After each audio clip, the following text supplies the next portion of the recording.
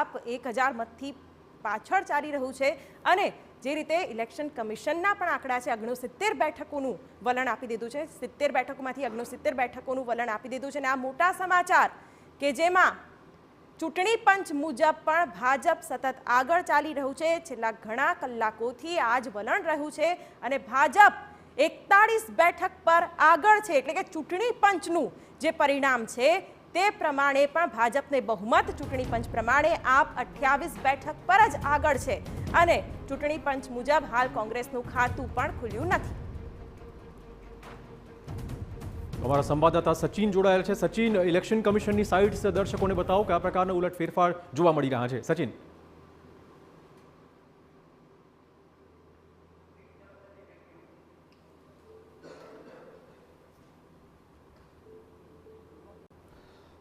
દિલ્હીની રિઝલ્ટની જો વાત કરવામાં આવે તો જે પ્રકારની સ્થિતિ પાછલા વખતની વિધાનસભાની ચૂંટણીમાં હતી, 67 બેઠકો આમ આદમી પાર્ટીને મળી હતી, પરંતુ હવે જ્યારે આપણે નજર કરીએ છીએ ઇલેક્શન કમિશનની વેબસાઇટથી અમે તમને આ જે છે એ સ્થિતિ અત્યારની શું છે દિલ્હીની એ બતાવવા જઈ રહ્યા છે અને આપ જોશો પણ તો 48% જે વોટ શેર છે એ વોટ શેર બીજેપીને અત્યારે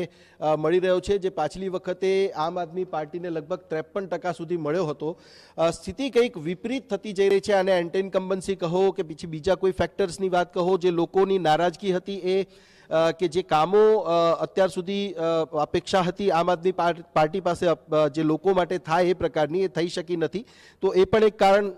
જે છે અહીંયા જોઈ શકાય છે। અને અહીંયા આપ જોશો તો આમ આદમી પાર્ટીને અત્યારે જે વોટ શેર છે 42% જેટલો છે અને આ જે બેલ્ટ છે એ આ બ્લુ કલરનો આ જે પાર્ટ છે આપ જોઈ શકો છો જે વોટ શેર છે એમાં, તો આ સ્થિતિ અહીંયા છે।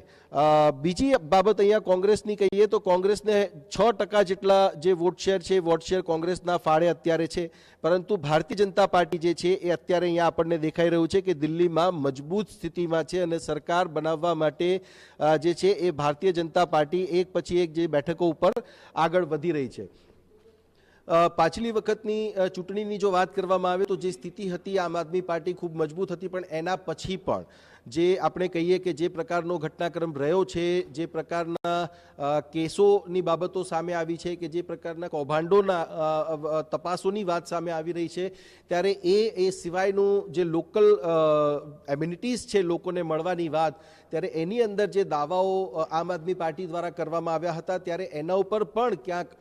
જે પ્રહાર આ ચૂંટણીમાં જે છે ભારતીય જનતા પાર્ટી અને સાથે જ સાથે કોંગ્રેસે પણ કર્યો છે, ત્યારે આ બધા મુદ્દાઓની પણ અસર સ્વાભાવિક રીતે આ ચૂંટણી ઉપર દેખાઈ રહી છે। ભલે મધ્ય દિલ્હીમાં આમ આદમી પાર્ટી મજબૂત હોય 7 બેઠકો ઉપર, પરંતુ જે સ્થિતિ છે એ સ્થિતિ આ વખતે આમ આદમી પાર્ટીના ફેવરમાં સંપૂર્ણ રીતે નથી દેખાઈ રહી અને આની પાછળના ઘણા બધા કારણો છે, જે કારણો નું સમયાંતરે અવલોકન કરીને એની સાથે સાથે અમે તમને બતાવતા પણ રહીશું, પરંતુ આ જે સ્થિતિ છે એ સ્થિતિ હાલની છે કે દિલ્હીમાં ભારતીય જનતા પાર્ટીની સરકાર બનતી દેખાઈ રહી છે। આપનો આભાર સચિન તમામ જાણકારી બદલ। તો આપણે કહી દઈએ કે